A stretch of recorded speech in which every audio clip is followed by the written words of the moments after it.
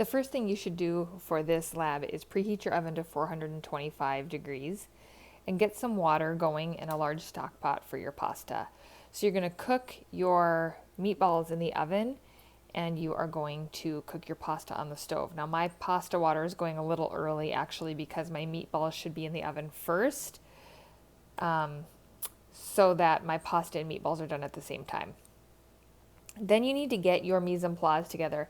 Now this week, your bag should be blue. It should say Bison. It should say W5-F, and that is what you're going to cook with. Then make sure you have your computer up to do your assignment and get your recipe up. And then here's the extra things you're going to need to make the meatballs. You're going to need some onion, and I would chop this pretty finely. I wouldn't say maybe mince, but get a really fine chop. You're going to need some breadcrumbs. You're going to need Parmesan cheese, a little garlic. You could use fresh. We just have some convenience. And then it calls for tomato paste. Now I'm out of tomato paste, so we're going to use tomato sauce tonight, and that'll be just fine. So use kind of a tomato. It's for flavor, gives it a little moisture. And then it calls for half an egg. I have farm fresh eggs, so this is a really tiny egg, so I'm going to use this. But if you have regular commercial eggs and you have a large egg, you would just whisk that and take 2 tablespoons out. 2 tablespoons of egg whisked is about what you need. And if you use the whole egg, that would work too. It just might be kind of a little bit much, a little eggy with the mixture. So I'm going to put this all together and show you the next step. Once you get everything measured in a bowl, go ahead and just mix it up until it's all put together. You can do it with a spoon, or you might actually even have to get in there with your hands and mush it all together. Once you have everything mixed together, it should resemble something that looks like this. Now you get to decide what size meatballs you want to make. The recipe says to make it into 4 rounds, and so those are going to be bigger meatballs that you would maybe put in a muffin tin that's a standard size. But if you want, and you want little meatballs, you could do it in a smaller tin too. You just might want to watch the time. I said the recipe says 18 minutes, so you might want to do it a little bit less.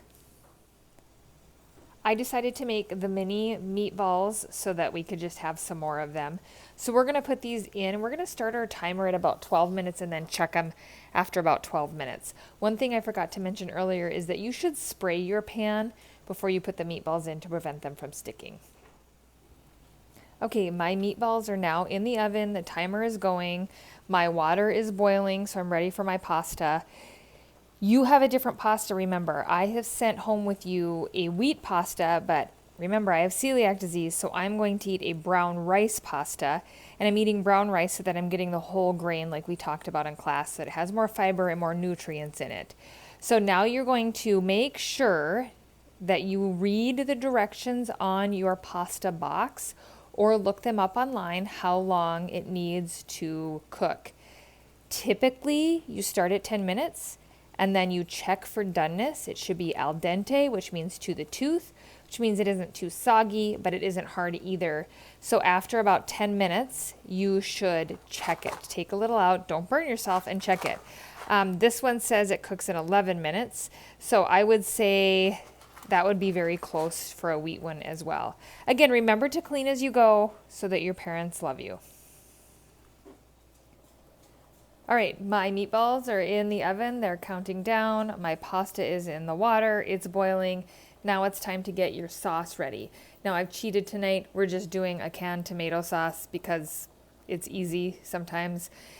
And really the goal here is that we're making the meatballs, not the pasta sauce. However, if you had to open some tomato sauce, you could make your own pasta sauce from that too by researching and adding herbs and spices to get the flavor that you want. Okay, my meatballs just came out of the oven. They're nicely browned. They should look kind of like this. One way to tell if they're done for sure, because I don't think a thermometer would fit through there unless you have a tip reading thermometer, is to make sure they are not pink on the inside at all. Then you are going to need to drain your pasta in the sink. Make sure that your sauce is heated throughout, and we are going to combine.